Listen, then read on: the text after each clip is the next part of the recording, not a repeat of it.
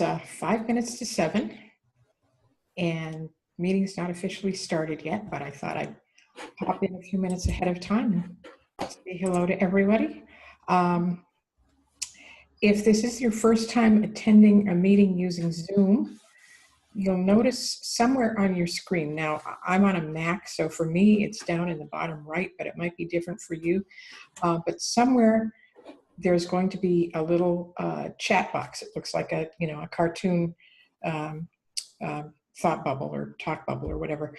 And if you click that, then a chat window should open up, and you'll be able to type into that and ask questions and make comments and that kind of thing. So Kitty is here with us. I know her. She's she's helping me out with these events, and she's up at Providence, Rhode Island. Where's everyone else?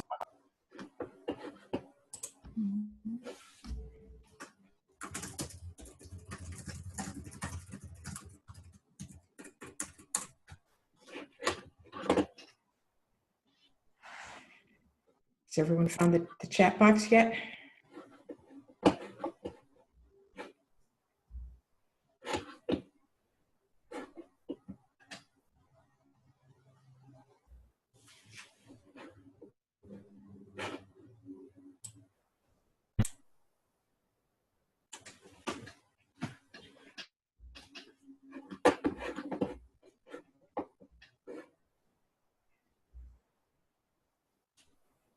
I don't see anything else in the chat box. For anyone who's listening, Nashville, Tennessee, okay. How's everything in Nashville?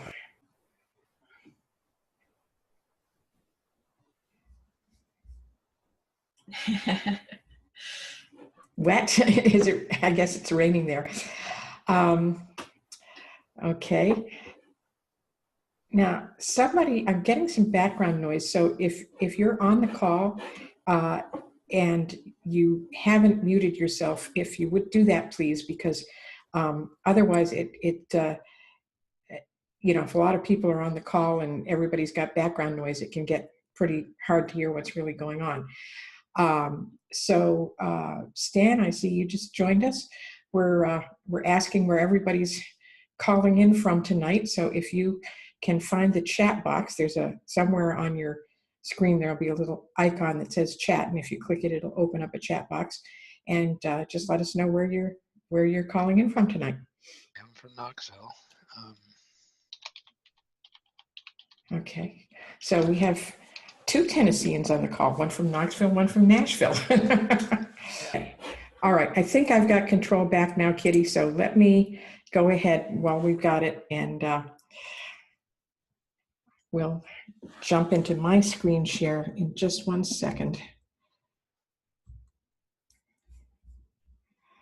Hi, Lorraine. I see you just joined us. It's nice to see you here. We're fussing with technology right now. One of our participants inadvertently managed to share her screen, and it's kind of confused everybody. So let me see here.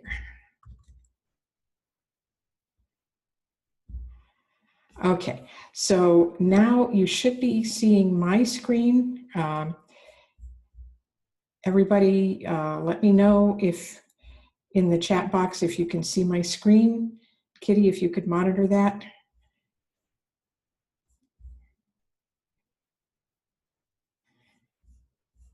And if everybody's seeing my screen, then we'll go ahead and get started. All right, so one of the things that happened this month was I was feeling very proud of myself because I was able to set it up to have people get an automated email when they registered, which last month I hadn't done. I was doing them all by hand last month, and that got to be pretty challenging because about 100 people signed up.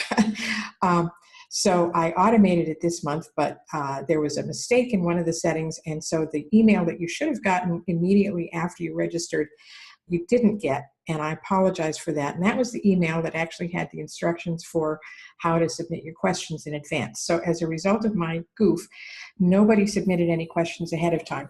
So what we're going to do tonight is we're going to go through this just short little presentation, and then we're going to ask our questions live. So if you have a question that you want to ask, you can put it into the chat box right now while I'm talking. And if you would please just put, like in all caps, put the word question before your question so that it's easy to pick out from other comments and things. And then once I get done with this, we'll go ahead and see how many questions we can get answered in the time that we have available. Kitty, are you all set on your end?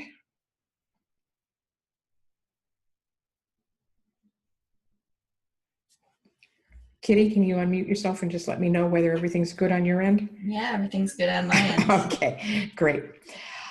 Okay, so tonight we're talking about the best places to live. And when I talk about the best places to live, I'm not talking about, excuse me? I think you just got a bit of feedback there. Okay. So when we talk about the best places to live, I'm not referring to, what's the top of somebody's list for the best place to live. I'm talking about the best place for you as an individual. And going from a mindset of choosing where to live, either because it's the area where you were born and bred and went to school and you just stayed there, or whether you ended up moving someplace for a job or for schooling or for your kids' schooling or whatever, going from that mindset of choosing a place to live based on those practical considerations to choosing a place to live based on what you actually want is a huge change and a huge step, and can feel like a monumental undertaking sometimes, because it's a big world out there.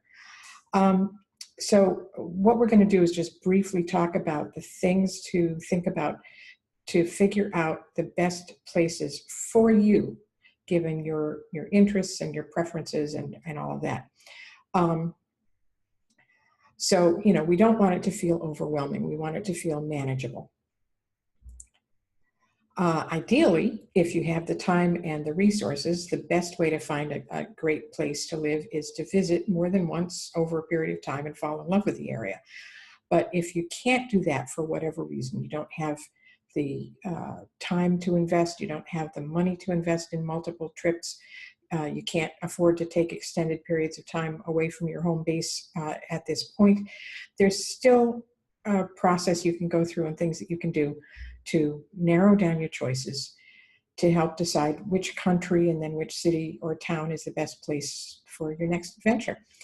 And it may be that the best place is in your home country, or it may be someplace completely different, but the process will be the same either way. So think about these points that we're going to discuss, and obviously talk about them and share with people that you're going to be moving with, whether that's a spouse or a partner or another family member, a friend. Talk about them realistically, because if you're not honest with the people that you're going to be moving with, choosing a place becomes much more difficult than it needs to be. I always put climate first on the list because some people say, well, climate's not that important. But climate is something that's with you every minute of every day. And it's one thing to put up with a climate that you're not happy with because you're there for a job or school or whatever. But when you really have the choice, you should choose a climate that you like.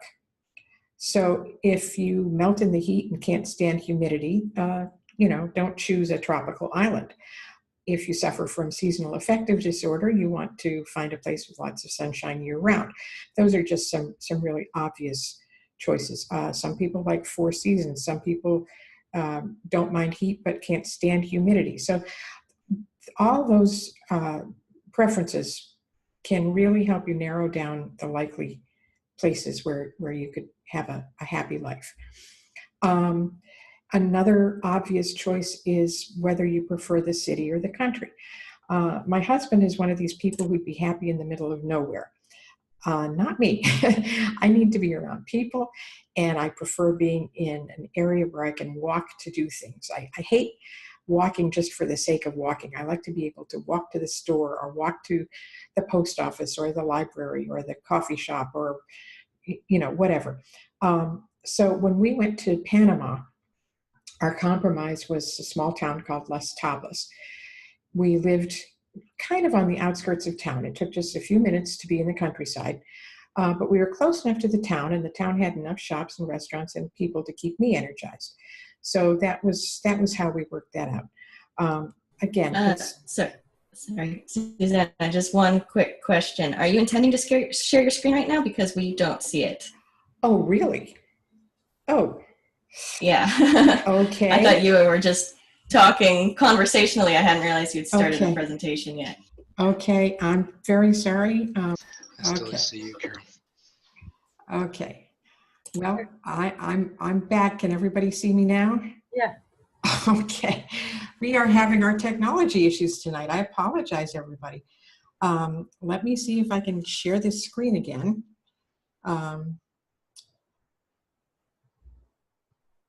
Okay. And let me know, Kitty, can you see the presentation now? Yes, I can. Okay, yay. Okay, so I'm not going to go back over the previous slides, but we'll just pick up here and move along. So this is a picture of someplace that I lived for a while. It's not a great picture because it was taken through a screen on a screened porch, but it's looking down at a very lovely lake, and you can see there are lots of trees. And there are a lot of people who would love to live in a place like this. Unfortunately, I wasn't one of them. This was the view that I saw. I used this screen porch as my office when the weather was nice. And so this was the view that I saw every day, but I was really unhappy there because we were 20 miles away from anything, and the internet was awful, which made it very, very difficult for me to get any work done. I lasted there about 3 months, and then we went someplace less scenic but more satisfying. So that, that was, I don't want to call it a mistake because everything's a learning experience, but it was not the ideal move for us. Okay, some people love the beach, some people like the mountains, some people like somewhere in between. Again, be realistic about what is important to you and what you prefer. It can make a huge difference in your level of satisfaction with where you live. Another thing that's very important to consider is your distance from home. If you live in the US or Canada and you want to be able to get back and forth easily to visit family or friends, you don't want to look at Asia. You might not even want to look at Europe. You might want to focus on Central America or South America, which are closer and where you won't be dealing with a lot of different time zones. If that's not something that you're concerned about, then obviously, look at the rest of the world because there's a lot out there that's very appealing. Healthcare. Healthcare is something that's important for everybody. And if you're from the US, you may be making a bigger deal out of it than you need to. You need to be sure that you can access the level and quality of care that you need wherever you live. Most US health insurance won't cover you abroad unless you get an international policy. But depending on the country you're looking at, you may have some very appealing local options. And in some countries, healthcare is so cheap that a lot of people are comfortable going without any insurance at all. Now, when we were in Panama, we had a friend who had an accident one night. He was riding a scooter and ended up in the ditch. And he was in the local hospital for 10 days after that. He was pretty badly bruised and banged up. He didn't break anything. There was, nothing vital was damaged, but he had a lot of abrasions and contusions. And he's also very brittle diabetic, which was another consideration. So he was in this little local hospital for 10 days. He was in their ICU for the first 3 days of that time. And when he left, and if I hear a thump, I'll know it's because somebody fell off their chair. When he left, his bill was $85 for the x-rays and $35 for the hospital. So, if that's the kind of pricing you're looking at, you may not need insurance. Again, it depends on your own health picture. But keep in mind that what we're used to dealing with here in the US is not the way the rest of the world operates when it comes to healthcare and its affordability. So make sure that the standard of care is appropriate for what you need, but keep in mind that the costs and the way you pay for it and everything can be very, very different from what you're used to and much more affordable and accessible. Language is another consideration. Some places, some other countries, you can get by beautifully just knowing English. Other places, you really need to know the local language, and then there are a lot of places that are kind of somewhere in between. So wherever you end up, if you're abroad, your life will be richer if you do speak the local language, even if it's only a little bit. I took a couple of semesters of Spanish at a community college before we left the US, and it helped a little bit. I certainly never got fluent in Spanish. I tell people that I speak at about the level of a slow 2-year-old. But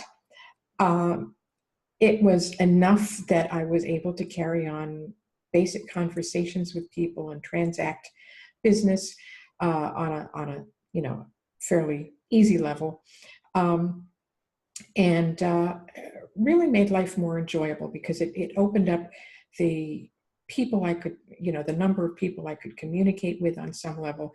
And I can see where if I hadn't bothered to learn any Spanish at all, I would have, my life there would have been much more restrictive than it was.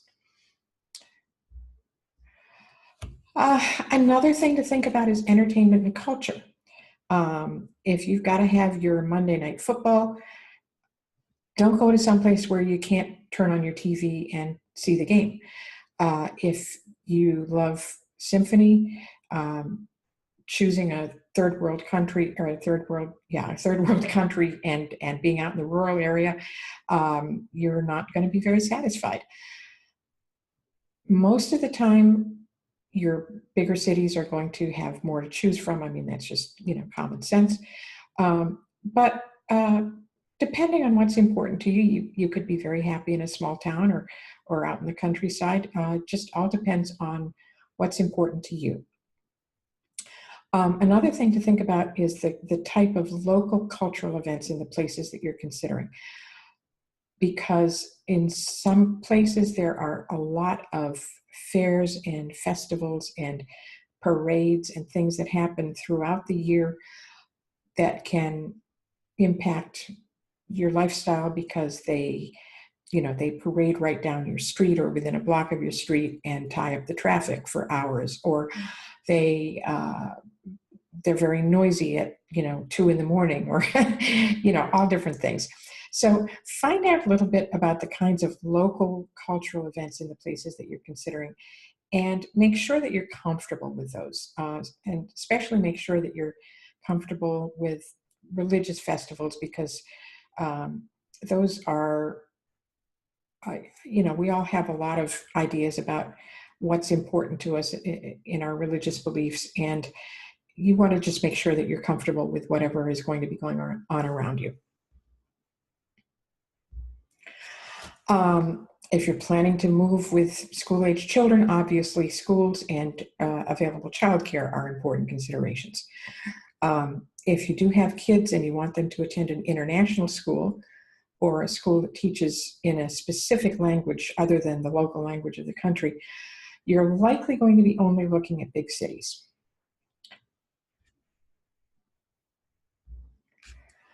Infrastructure. Is the water safe to drink? If it's not, how difficult is it to get bottled water or water that is safe for you to drink? What are the roads like? Are they drivable? Are they good enough for a regular car, or would you need a four-wheel drive, heavy-duty four-wheel drive vehicle to navigate them? What about the power and the internet? Does the power go out on a regular basis, or is it pretty stable? How fast is the internet? It's important to be realistic about just how much of a pioneer you're going to be when it comes to these infrastructure type issues.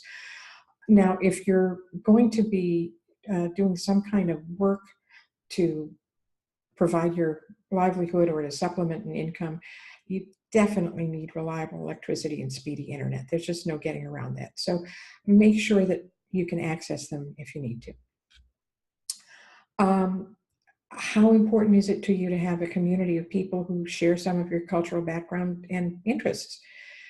Some areas have huge expat communities, and I'm talking mostly about US and Canadian expats here, because that's, most of you are from the US or Canada. So if you want to be amongst other expats, there are some close by good choices, like the Lake Chapala area of Mexico, or Boquete in Panama. In most major cities throughout the world, you'll find lots of expats from all different kinds of countries. So if you're in a big city, it's likely that you'll be able to find expats from your country to spend some time with when you want to. And then, of course, cost of living. And I put this one last because even though it's a very important consideration, I think it's really a mistake to try to choose someplace based entirely on the cost of living. If you can't stand the tropics and you're on a very tight budget, you're not going to be happy in Panama or in Nicaragua, even though the cost of living will be very low. If you can't stand wintertime cold, it doesn't matter how low the cost of living is in North Dakota. So think about some of the other things we've talked about first, and then look at cost of living, and use cost of living to narrow down the good choices for you based on other considerations. Don't start with cost of living. And that's the end of my presentation. So I'm going to flip back now. I'm going to stop sharing my screen, and we can get to your questions. Kitty, are there any questions in the chat for me yet? There are indeed. So okay. Stan is asking about health and auto insurance for those over 65. I guess there's one question in general and then one specific to Panama.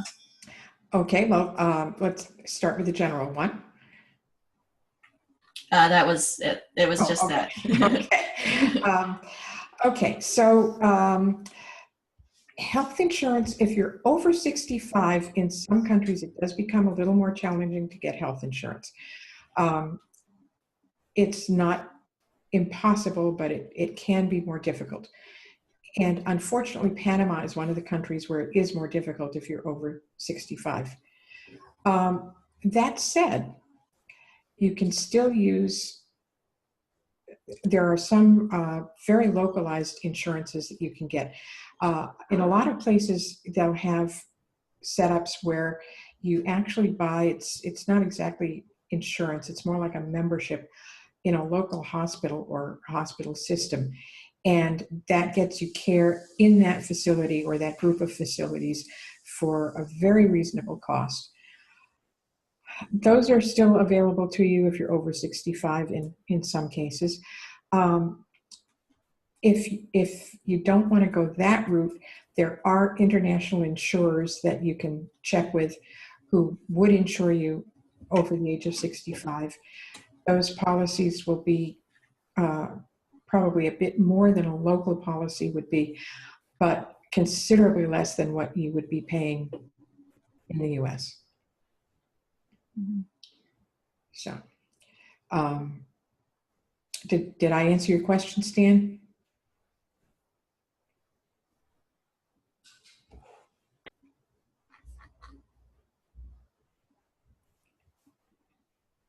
Okay. Auto insurance. Okay, Yes. auto insurance, sure. Yeah, that's readily available. That's not a problem. And it's, I'm trying to think, when we insured our car in Las Tablas, I think we paid about $175 a year. So, okay, next question. Next question. Lorraine asks, how long can we stay in Europe? I'm thinking about how long is the visa good for?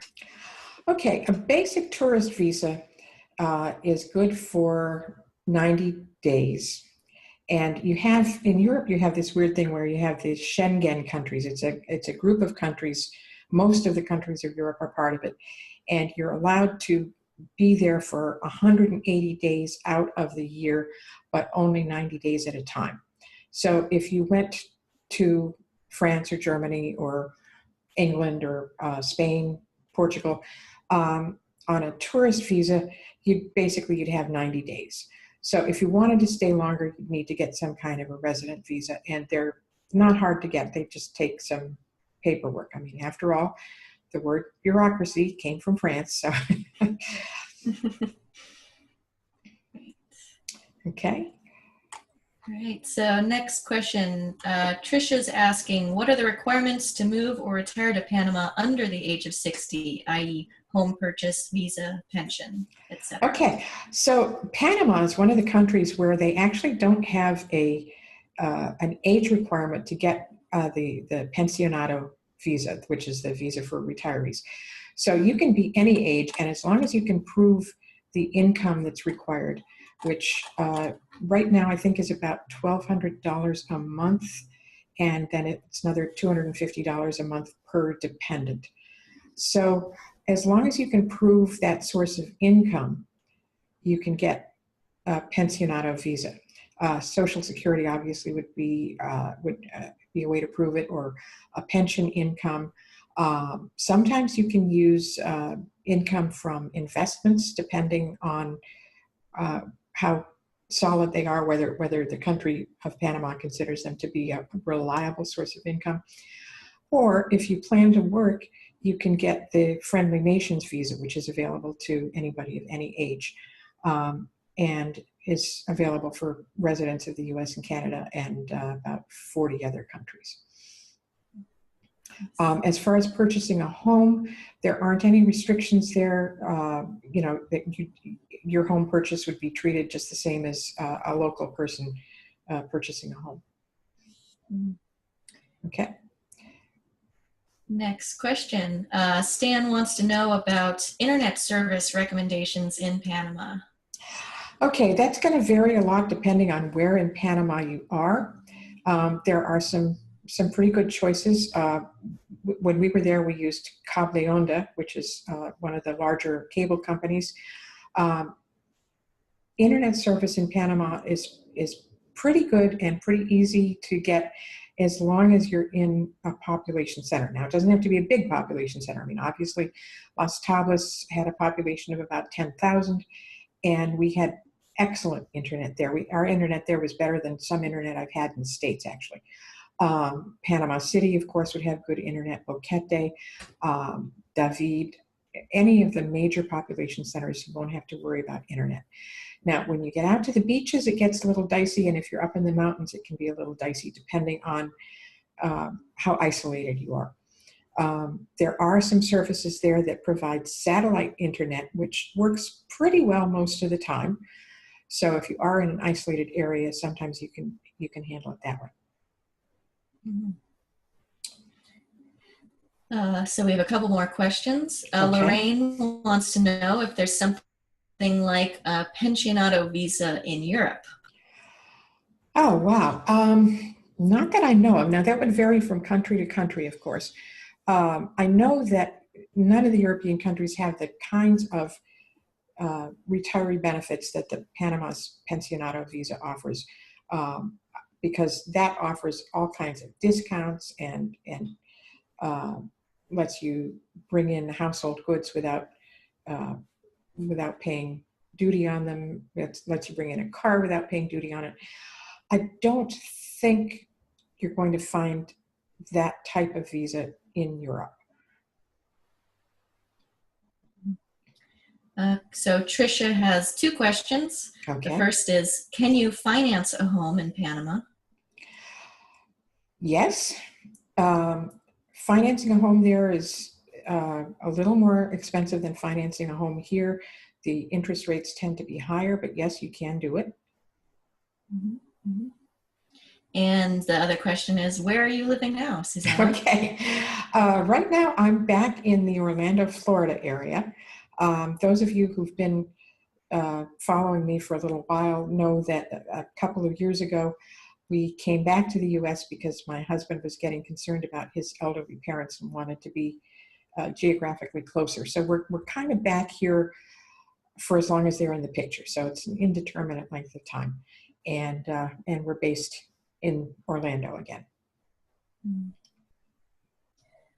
So it looks like that's the end of the questions that have been put in the chat. Looks like we have Okay. about 4 minutes remaining until it kicks us out here. Okay.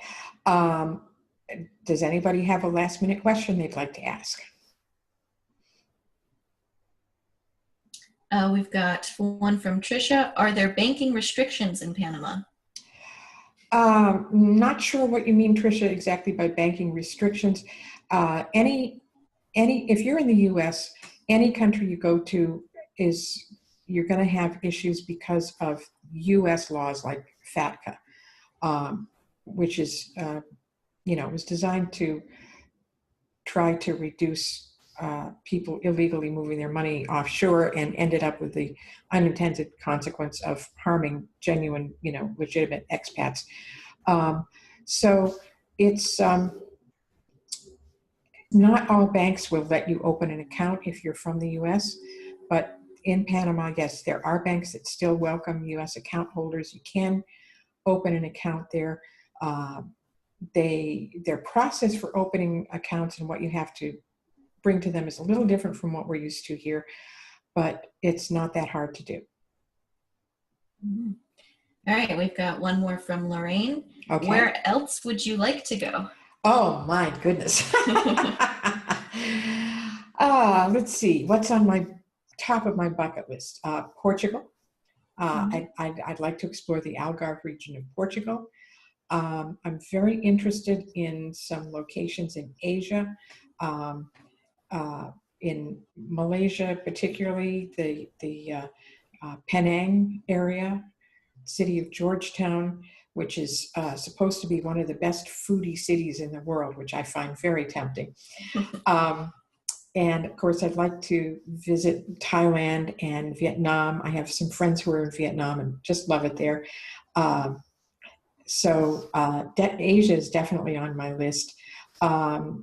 Colombia in South America, there are some areas of Colombia that are just beautiful, that are very appealing. And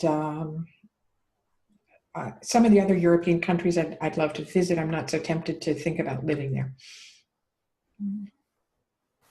Okay, so we're at the 1.5 minute mark. Okay. We do have one more question from Stan. Okay, so Stan, just so you know, we're our Zoom software is going to kick us out in just a minute, but when I was in Panama, I was freelance writing, and I also started my business where I taught people how to use WordPress. That was online. I didn't, it wasn't local at all. But there are lots and lots and lots of things you can do in Panama. Mm-hmm. And with that, I think we're going to have to wrap it up. If you have any other pressing questions, you can email them to me, and I'll do my best to answer them. And I thank you all for being here tonight. It's been fun, and hope you'll be able to join us next month. Okay. Good night, everyone. Bye, everyone.